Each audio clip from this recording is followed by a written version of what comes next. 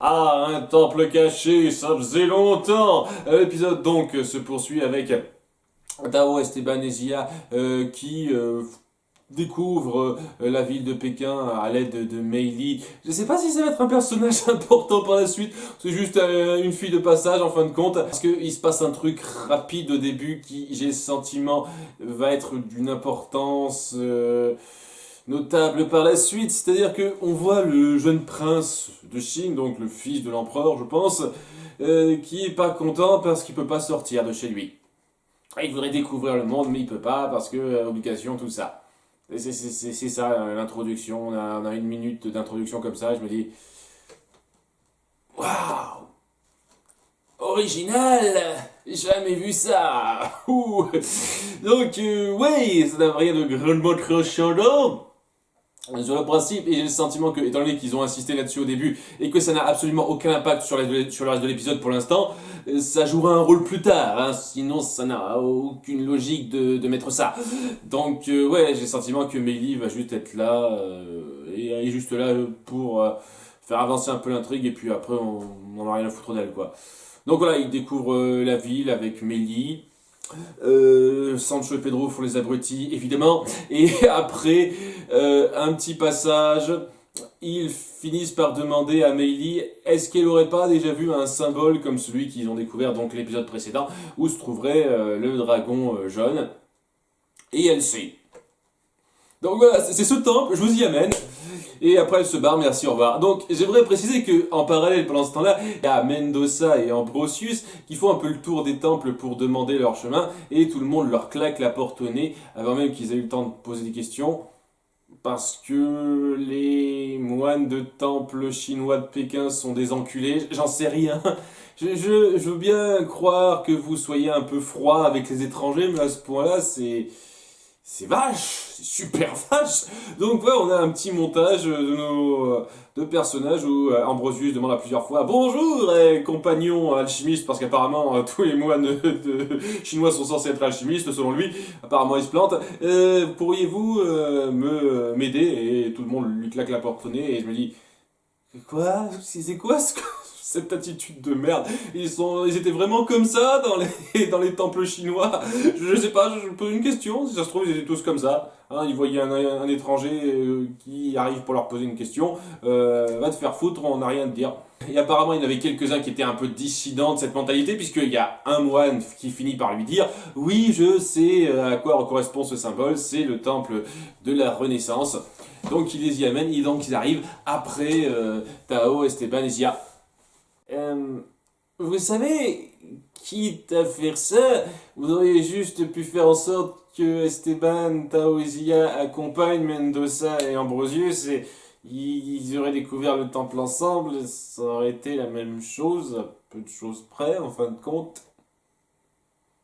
Donc, à moins qu'ils donnent une importance à Meili plus tard, la petite fille chinoise, ça n'a servi absolument à que dalle. Enfin si, ça a servi à quelque chose, parce que Sancho et Pedro sont laissés derrière, tels les deux gros boulets qu'ils sont, et ils sont opérés par un des gars du conseiller de l'empereur, je suis plus sûr à nouveau si c'est ça ou autre chose, qui les suit, et qui, grâce à eux, pour une raison qui m'échappe, parce qu'ils n'ont pas suivi ce qui s'est passé, ils étaient dans leur coin, a fini par découvrir où sont partis les enfants. Et donc, ouais, plus on le verra à la fin. Quoi qu'il en soit, pendant ce temps-là, on rembobine un petit peu au moment où Tao et Stefanisia arrivent dans le temple. Au début, ils sont pas super bien accueillis parce qu'à nouveau, les étrangers, on les emmerde. Et quand même, il y a le moine en chef, le moine sage du coin, qui reconnaît les pendentifs sur le cou d'Esteban et de Zia, et qui les invite à entrer parce qu'ils représentent quelque chose de fort. Il connaît le lien entre la civilisation de Mu qui les a aidés, de je ne sais comment, donc bon, il y a un lien qu'il arrive à voir. Ou peut-être qu'il a vu ça dans une prophétie, je sais pas, c'est pas super clair. Quoi qu'il en soit, il reconnaît ce qu'ils représentent, c'est pour ça qu'il les laisse entrer.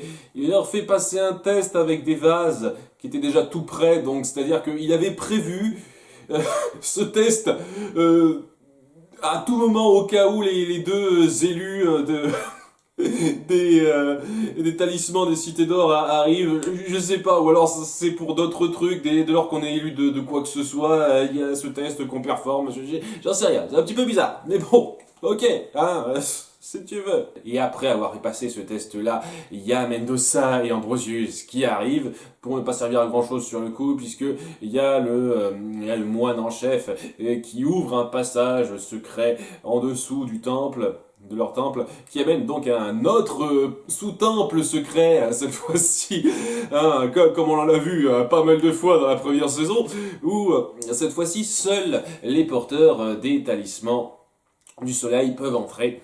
Et donc seul Esteban, Isia et Tao est un petit peu vénère de ne pas pouvoir entrer. C'est pour ça qu'à la dernière seconde, il se faufile dans l'entrée 2 secondes avant qu'elle se referme. Il a vraiment pas peur le gars. Et ouais, ça c'est un truc qui m'a un peu gavé dans cet épisode, faut dire ce qui est. Il y avait déjà des petits problèmes avec Tao avant, je vais pas le nier.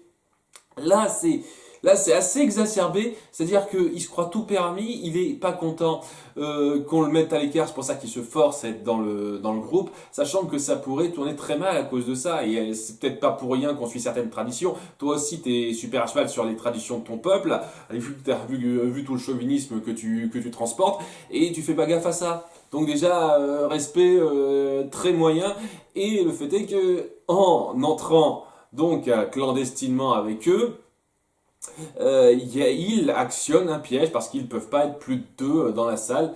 Et donc à cause de lui, il y a un piège d'eau qui remplit la salle, qui s'active.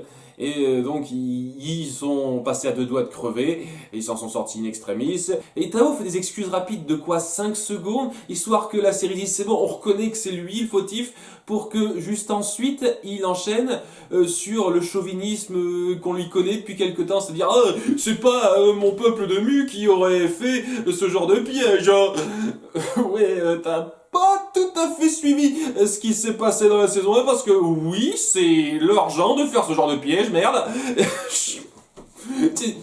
Qu'est-ce que c'est que cette connerie, Tao et je sais pas quoi, c'est pas parce que je t'ai excusé 5 secondes rapidement avant que on peut passer l'éponge comme ça, y a pas de problème. Sérieusement. Waouh. Tao, merde. Je sais que t'étais pas la personne la plus humble qui soit dans la première saison, mais t'étais pas aussi imbu de toi-même à ce point-là, merde. Enfin bref, après ça, il tombe sur un boîtier spécial contenu dans une gueule de dragon en pierre, et donc ils doivent trouver un moyen de l'ouvrir, et c'est là qu'il y a un petit montage rapide où Tao et Esteban font un peu les andouilles, surtout Tao, à nouveau on a tendance à un peu insister sur le côté andouille de Tao aussi. Ouais, vous avez retenu que le côté un peu gaguesque du personnage et vous insistez assez peu sur son côté ingénieux, c'est vraiment dommage. Et puis un autre petit truc par rapport à ça, donc on voit Tao faire l'andouille en essayant d'ouvrir la gueule du dragon, Esteban un petit peu, et Zia par contre elle fait des trucs très calmes. On la voit pas une seule seconde être un tout petit peu, un tant soit peu tournée au ridicule, elle est super sérieuse, etc. Je veux dire, il y a un truc qui aurait pu passer parce que j'ai rien contre le principe de faire légèrement tourner en bourrique nos personnages. Et là, c'est un passage où ils tournent légèrement en bourrique. C'est pas non plus quelque chose de super extravagant à ce niveau-là. Mais ça aurait été cool d'avoir une espèce d'égalité, une petite égalité à ce niveau-là, en montrant tout le monde y avoir droit. Quand je vois Tao et Esteban en faire un peu des caisses dans leurs mouvements, paraître un petit peu ridicule, et tandis que Zia est super calme, posé, fait des trucs très, très doux, et je me dis, ouais, ça aurait été cool de lui faire la même chose. Ça mangeait pas de pain et ça aurait été à l'ambiance un peu légère que ça voulait instaurer. Mais non, vous avez décidé de la mettre à part par rapport à ça, parce que je sais pas, ça aurait été insultant pour elle. Est-ce que c'est pas insultant pour Esteban et Tao? Je... Enfin bref, il découvre une gravure sur le mur, enfin Zia trouve une gravure sur le mur parce que elle est un peu au-dessus des garçons tout de suite.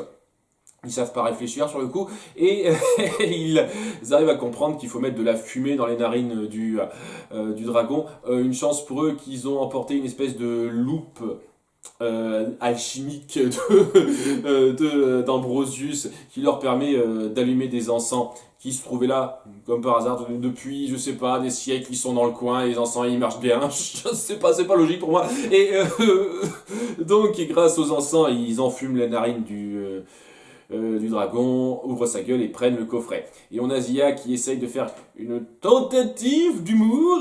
Petit dragon, mais grosse frayeur pour le sortir de là. Et ça fait marrer les enfants. Ok. Est-ce que c'est pour lui faire plaisir? Il a dit une blague de merde, mais on va quand même rire, je sais pas. Et puis c'est pas un problème de la traduction VO à VF, là c'est directement VF, VF, VF, VO quoi. C'était vraiment une blague pour vous? Je sais pas, je trouve ça un peu bizarre quoi. Je sais, c'est un détail à la con, hein, on est d'accord, mais je comprends pas pourquoi il se marre de ça. Il dit petit à un moment donné, mais après elle dit gros, donc il y a ce contraste entre petit et gros, c'est drôle. C'est quoi cette blague de merde? Excusez-moi, c'est rien, mais je trouve ça dingue. Quoi qu'il en soit. Ils finissent par sortir du temple après un petit tour pour déjouer le piège de départ. Donc il y a Esteban, enfin il y a un Tao qui se met sur le dos d'Esteban pour qu'on croit qu'il n'y ait que deux personnes qui marchent. Et donc en sortant, il voit que tout le monde est capturé par les méchants, hein, donc ceux qui travaillent pour le conseiller de l'empereur. Et vous savez, je croyais qu'on allait sortir un peu du carcan qu'on nous avait un peu forcé jusqu'à présent avec les méchants de passage, mais non, hein, ils tombent dans la même catégorie. Ils se meurent comme des veaux pour rien. Ils sont contents, ils se marrent. On est des méchants. Et ça se termine là. J'en ai marre. J'en ai ras le cul de ce rire de merde que vous forcez à tous vos méchants. Je me suis dit, tiens, le premier épisode, ça allait, il le faisait pas. Et parti, dès le deuxième épisode. Ouais, donc ils vont pas être si différents que ça des pirates et des bandits, j'ai le sentiment. Ok, c'était correct. Voilà, il y avait pas mal de choses intéressantes. Je n'aime pas la façon dont Tao était traité.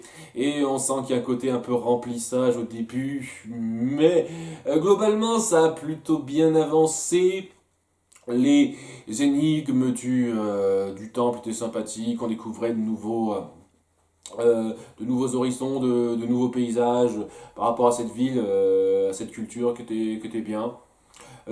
Quand on n'insultait pas Tao, nos trois personnages évoluaient bien en découvrant un peu cette ville et ce temple. C'était sympathique ça.